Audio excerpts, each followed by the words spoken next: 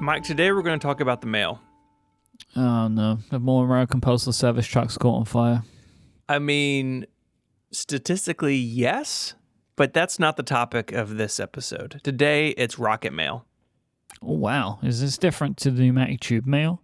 It is. It's much faster. It's pretty simple. You get a rocket, you throw some Christmas cards atop it, launch it at Grandma's house, let it land, and she gets your letters. Thanks for listening to this week's episode of Ingenious. All done.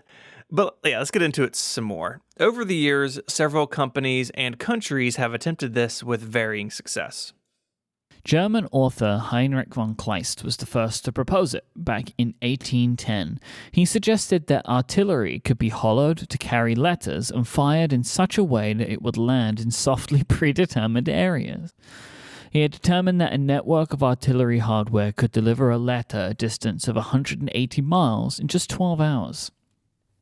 Pretty impressive. Probably faster than anything else at the time. The idea didn't really go anywhere, though, in the early 19th century in Germany, but starting about 100 years later, the idea began to circulate again, both within Germany and the United States.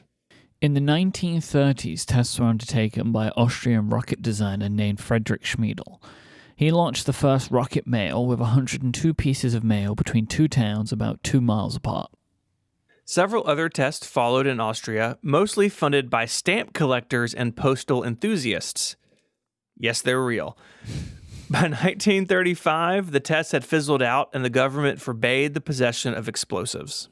Schmiedel did not want his research to be used in the war effort once World War II broke out, so he destroyed that research and declined to work on rocket development for the Americans as well. In the 1930s, some in Germany were also working on mail rockets powered by fireworks. Gerhard Zucker led this work, and between 1931 and 1933, he traveled around the country pitching the idea to local government officials. Zucker made the move to the United Kingdom in 1934 and attempted to get the British government to back the idea, which they did not. In 1964, one of his tests resulted in 3 deaths when a rocket exploded. However, in the 70s, he resumed his work again. In 2004, a movie named The Rocket Post was released based on Zucker's life. This is probably not a movie I'm going to see. Well, I mean, let's see who's in it. I'll work that out. Okay. Why don't you tell our listeners about something fun?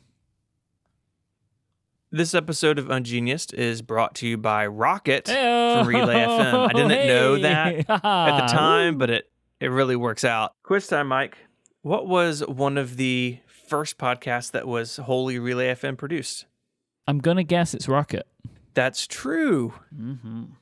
And now they're over 300 episodes strong. Every week, mostly without fail, Christina Warren, Simone de Rochefort, and Brianna Wu make it weird on Rocket. It covers all the hard tech news of the week, but in a fun way. From the latest Apple news to scams with fake blood testing companies, whatever it is, Rocket is there. If you're looking for an episode to start with, try out episode 300 named Dessert. They found that turkey dinner flavored candy corn. They found it on the internet. They tried it on air and it didn't go very well. Just like, ah. So go check it out. Relay.fm/rocket or search for Rocket wherever you get your podcasts. This movie doesn't look that great. Mm-mm. The Rocket Post. I didn't think it would. Anyway, we've told the story of Europe and rocket mail. Let's move to America. In the US, after a couple of failed attempts in the 30s, several mail-carrying rockets were launched from California across the Colorado River and into Arizona in the 1950s. It's not a very far journey, by the way. Oh, no? I just want to point that out. It sounds far. It's a distance. I can't build a mail-carrying rocket, but Yeah. anyways. And it gets there faster than you would, at least. Oh, yeah. Yeah, definitely. You get carried away by the river and the mail never gets there. In 1959, the U.S. Navy submarine USS Barbaro was enlisted to help the U.S. Postal Service in a project to explore faster ways to deliver mail.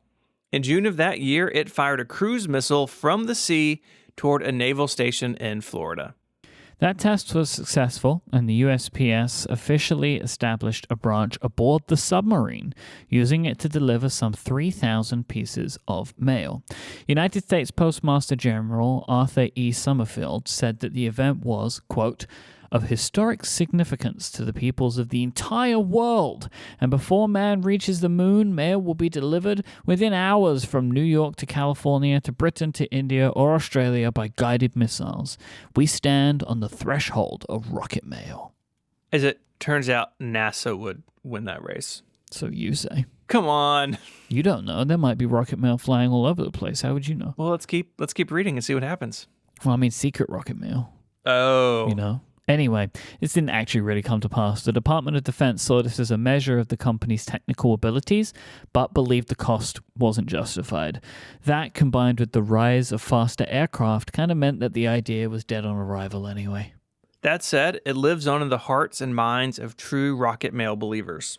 Robert Zubrin of the Mars Society has been a proponent of the idea and believes that it could become feasible with modern reusable rockets. Likewise, SpaceX has spoken about using its upcoming Starship launch system for point-to-point flights on the Earth. Obviously, this could include some payloads of letters and even packages. Uber in space is what we're saying. Now, Uber Eats in space could be even more intriguing, right? Oh, like burritos from above? Not necessarily above, just from a place far away. You know, like if I wanted a specific pizza from a place in New York, I could order it, and SpaceX could deliver it to me at home by rocket. Cook it on the way. Your neighbors would love that. Obviously, awesome. Our thanks to Dave for sending this in. If you want to be cool like Dave and send in your favorite weird topic on Wikipedia, you can do so. You can send us an email from our website. This week, the notes can be found at relay.fm/ungenius/131.